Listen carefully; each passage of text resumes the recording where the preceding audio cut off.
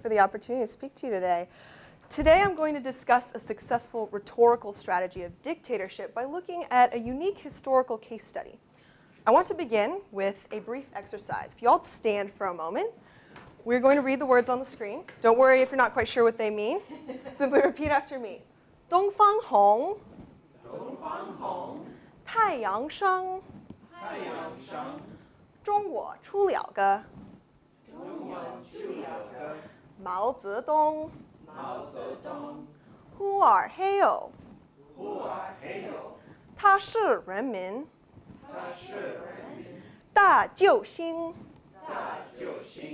Perfect. Thank you very much. Please sit back down. This was a simple demonstration of some of the things we're going to be discussing today. As you may have guessed from the words you just read, we're specifically going to consider Mao Zedong, chairman of the Communist Party of China from 1943 until 1976. Under Mao's rule, at least 45 million of his own people starved to death, and many others suffered under gruesome torture or imprisonment or public humiliation. In every way, Mao embodies the inhumanity of dictatorship. Yet at the same time, Mao was also loved by these same people who faced constant terror because of him. In fact, if we translate the words you recited a moment ago, we find this. The East is red. The sun rises. In China, a Mao Zedong is born. Hurrah! He is the people's great savior. These are the words of the most popular revolutionary song of Mao's Cultural Revolution, a song of gratitude to the people's most beloved Chairman Mao. How did Mao successfully cultivate this kind of devotion with one hand, while simultaneously destroying his people with the other? The key to linking the chasm between Mao's two legacies is this word here, savior. Mao's rhetoric carefully used logos to construct a unique messianic ethos.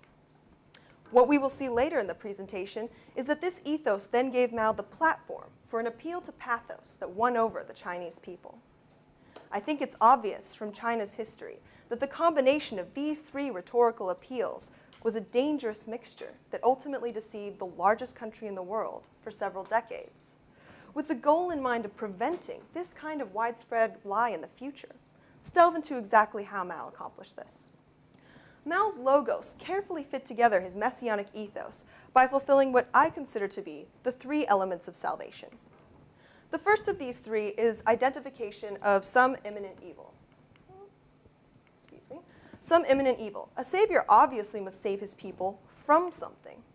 Secondly, he cannot just promise them a better future. He needs to outline what that is. In other words, he must save his people to something. And finally, he must connect these two in some way. In other words, he must provide a means of deliverance. Mao identified all three of these in his logos to establish his ethos as a savior.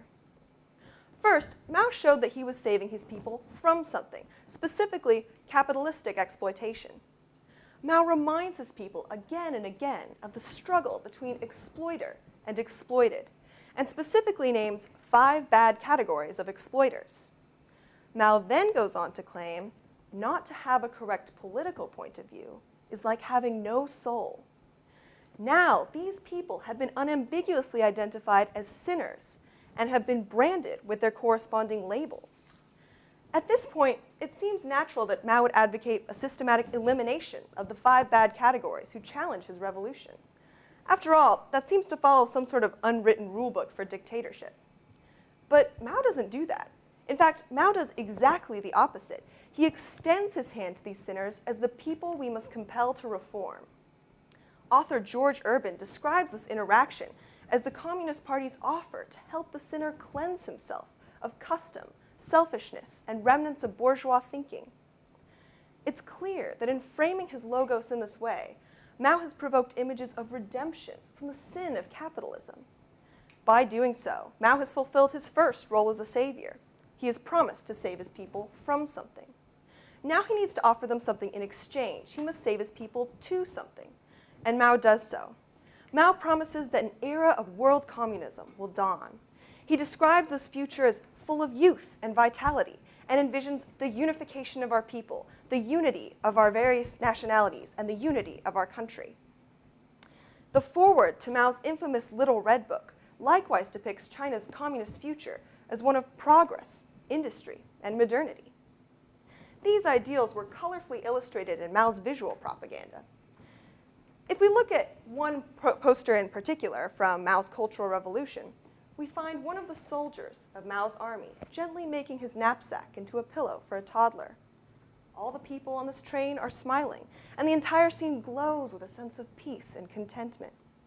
This is a picture of the ideal society, a society where a government soldier and a small child are equal, where every comrade cares for his fellow comrades.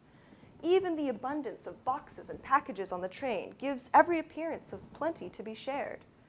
Nothing is lacking in this perfect society, and that is exactly what Mao promises.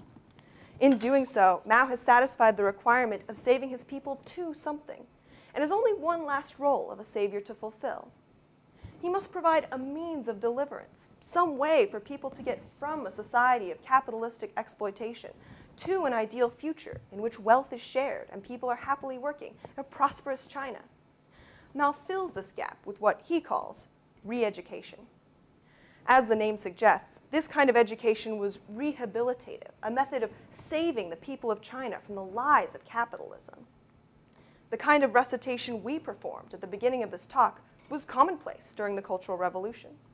In fact, the very song that we recited was chanted every morning in schoolhouses throughout the country. According to Stanford professor Andrew Walder, children learned how to read by studying Mao's works.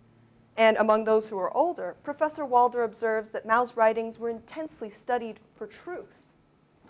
Yale professor Robert Lifton goes so far as to describe Mao's re-education as reminiscent of spiritual enlightenment. And he points to what he calls Mao's insistence that the ideologically sick be cured and obtain merits to redeem their crimes. It is clear that Mao had outlined a path toward deliverance, and that it involved being saturated in all that Mao wrote, spoke, and practiced. Mao's logos therefore established his ethos as a savior by identifying all three elements of salvation. He saved his people from capitalism to communist utopia, and provided a means for this by re-educating the people in Maoist ideology. By fulfilling these three elements, Mao constructed a messianic ethos that gave him authority in the daily lives of each and every one of the Chinese people. But now that we have come this far, we can also see how, in laying the foundation for his messianic ethos, Mao also foisted an appeal to pathos on his Chinese audience. The people of China had no choice but to be grateful, even indebted to Mao for having delivered them. By the time Mao had carefully built up his three pillars of salvation, his people would have happily died for him. In the words of one of his followers, "My aim in life is to apply Mao Zedong's thought, and in death, too, I will die for Mao Zedong's thought." It's clear that this kind of power over the thoughts and very lives of a people was a toxic mixture in China. 50 years ago, it cost 45 million people their lives to prove that. But these ideas, the concept of a savior leader, the notion of a person's infallibility, the re-education of an entire country's thinking, they're no less dangerous today.